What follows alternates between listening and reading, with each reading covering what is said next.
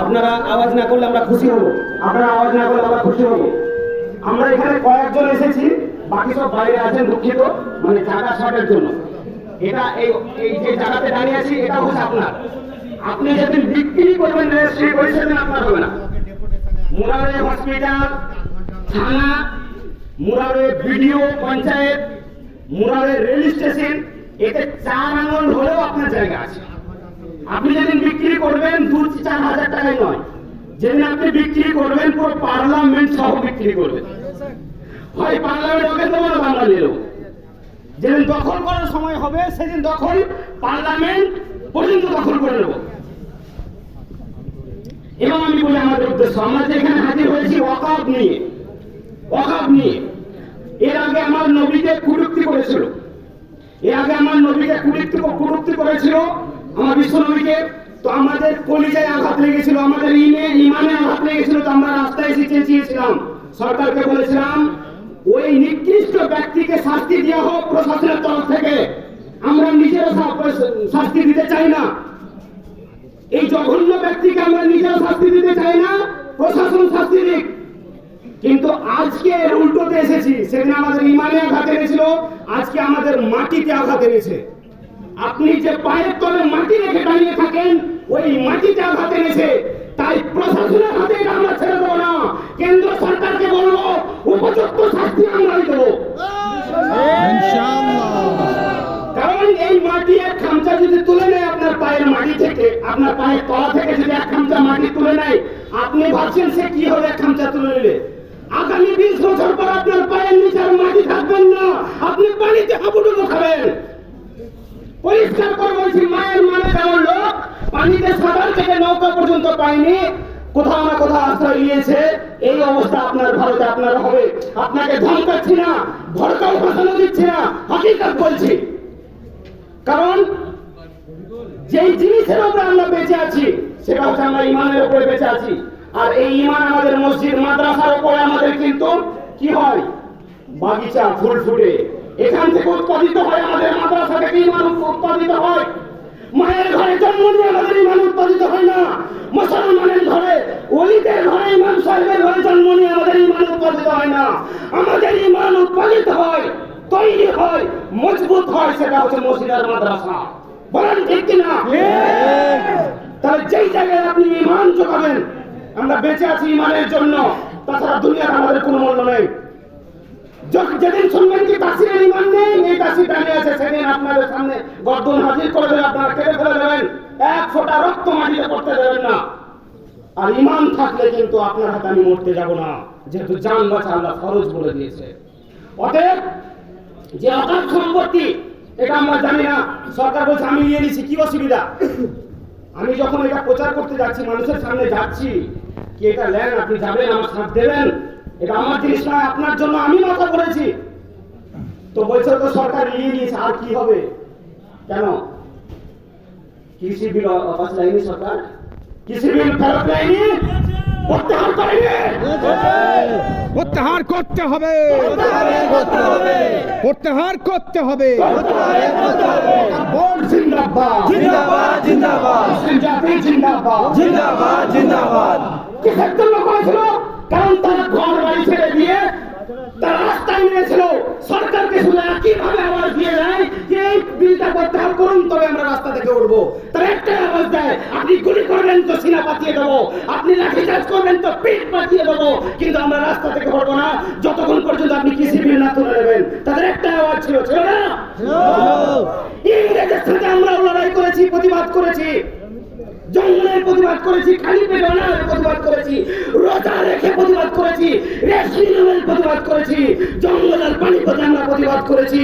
ইংরেজের গুলি শেষ হয়ে গেছিল, আমাদের সিনা শেষ হয়নি। ইংরেজকে সরাতে পেরেছে, ইংরেজকে সরাতে পেরেছে। আপনাদের কি মনে হয় এই বিলকে আমরা সরাতে পারবো না? এই অকাপ বেআইনি বিল কি মোদির তরফ থেকে আমরা সরাতে পারবো না? মহাশয় মোদি, আপনাকে আমরা প্রকাশ্যে বলে দিই, আমাদের আপনি মাটিতে হাত দিয়ে দিয়েছেন, যেটা মেনে নেওয়া আমাদের জন্য অসম্ভব, অসম্ভব, মানতেই পারবো না। হ্যাঁ, আমরা ভোট দিয়েছি, এমপি কর্তব্য ছিল, দায়িত্ব ছিল, এটা আমাদের অধিকার ছিল। এর মধ্যে ভালো মানুষকে ভোট দিয়েছি, কিন্তু তার ভিতর তো আমরা গিয়ে দেখিনি। ওই ভালো মানুষের ভোট দিয়ে তুমি আজকে আমাদের মাটি দখল করবা, এটা আমাদের জন্য মানা অসম্ভব। আমাদের জমি আমরা কথা বলবো, এমপি আর এমএলএ পায়ের তলে রেখে দেবো, ইনশাআল্লাহ। এমপি আর এমএলএ পায়ের তলে রেখে দেবো। আপনারা জানেন না পুলিশকে? আপনি জানেন? জানেন পুলিশকে?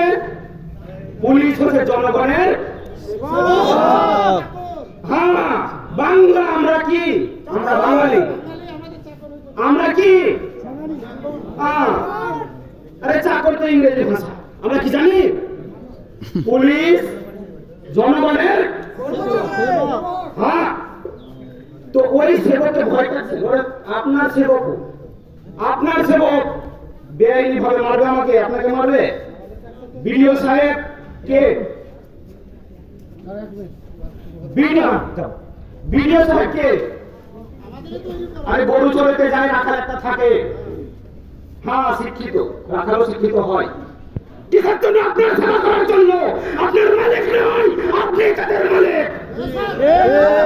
সংবিধান জেনে রেখেছেন, আমরাও কিছুটা সংবিধান জানি। সারা রাত বসে থাকতে হবে বিডিও সাহেবকে আমাদের প্রয়োজনে। আমাদের প্রয়োজনে আমাদের বাড়ি যেতে হবে, আমাদের কবরস্থান মসজিদে যেতে হবে, ইনকোয়ারি করে আসতে হবে। আর আপনার আমার মসজিদ ভালো করে জানবেন যে সরকার আইন পাস করেছে, এই সরকার পেপার পড়ে দেখে নেবেন, সরকার লিখে দিয়েছে, সরকার লিখে দিয়েছে, এতে মালিকানা সরকারেরই থাকবে। এর অধিকার জেলা শাসককে দেবে, মানে ডিএম কে দেবে, বিডিও কে দেবে, এসডিএম কে দেবে। ইনারা এটা প্রচারিত করবে। আমার বাপের মাটি দেবো তো আমি দিতে পারবো না, ওর অর্ডার না হলে। এবং এর দেখভাল সভাপতি করবে পূজারীকে, একটা ঠাকুর সাহেবকে।